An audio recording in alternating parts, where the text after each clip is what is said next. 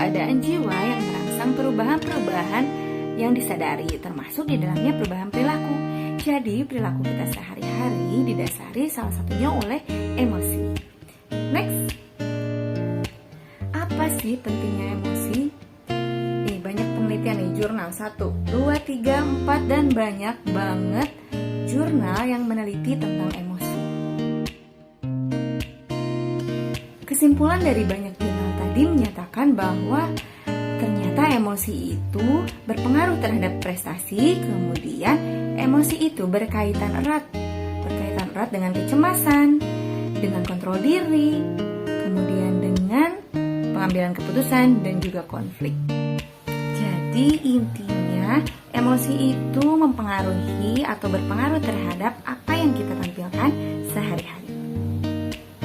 Selanjutnya kita simak ya gambar di samping. Di samping ada gambar macam-macam ekspresi. Coba lihat ya. Dari macam-macam ekspresi tadi bisa kita lihat dan bisa kita bedakan. Ada 2 jenis emosi.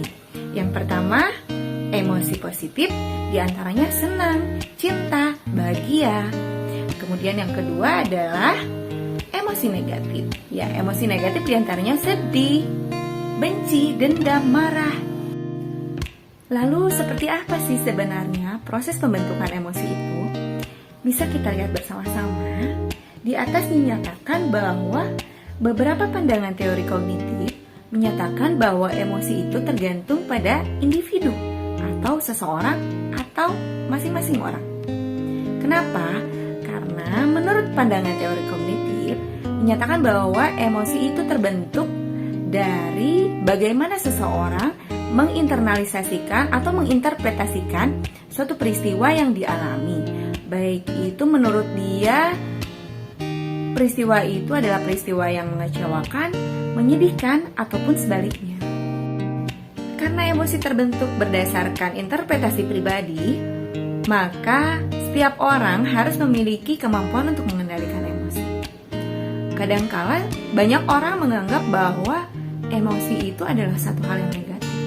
Padahal tidak demikian. Tadi sudah kita bahas bahwa emosi memiliki 2 jenis.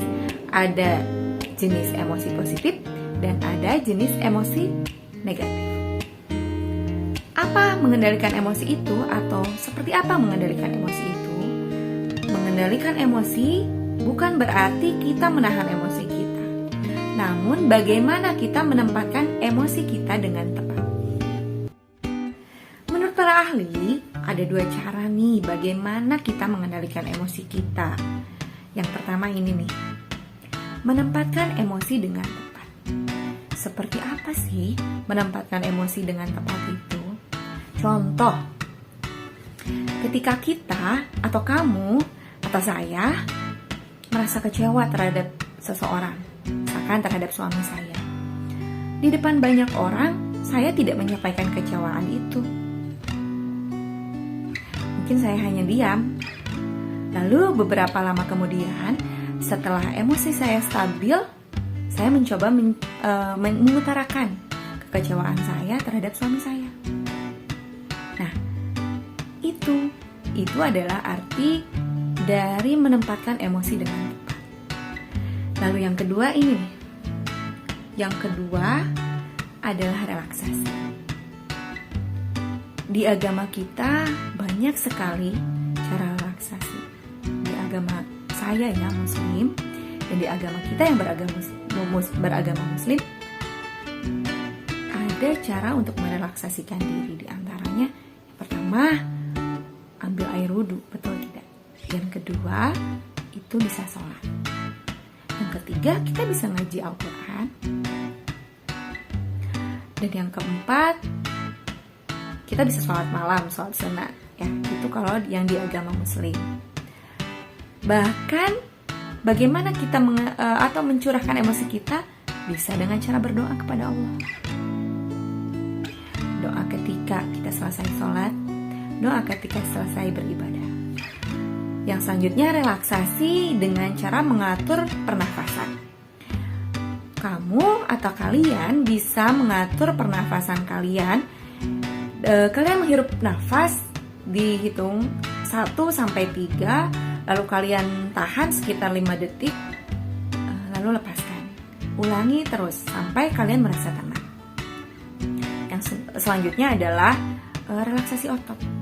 Sama sih hitungan juga, tapi merelakskan otot-otot tubuh kalian. Emosi itu terkenal dengan konotasi negatifnya. Ya iya betul, emosi yang negatif yang tidak ditempatkan secara tepat akan menimbulkan efek yang negatif pula. Di antaranya misalkan permusuhan, kebencian, perselisihan, perpeloncoan, apalagi kemudian hina menghina dan lain sebagainya. Tapi kita beralih dari fokus kita bahwa emosi itu menghasilkan efek yang negatif.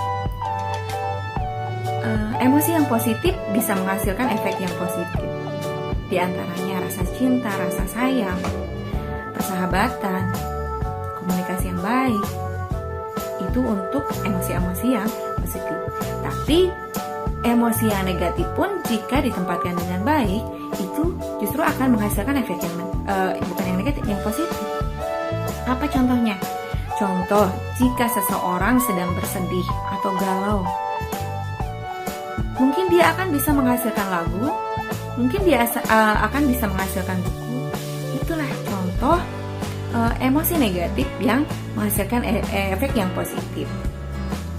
Jadi sebenarnya emosi itu sebagai dasar kita atau sesuatu yang mendorong kita melakukan satu hal. Dan kemampuan kita untuk mengendalikan emosi itu sangat berpengaruh terhadap apa yang akan kita tampilkan di lingkungan atau di permukaan. Perlu ditekankan kembali bahwa kita itu manusia, kita bukan malaikat. Kita pasti memiliki emosi-emosi negatif di dalam diri kita. Kita pasti memiliki nafsu. Kita sewajarnya memiliki misalkan kekecewaan, kemarahan.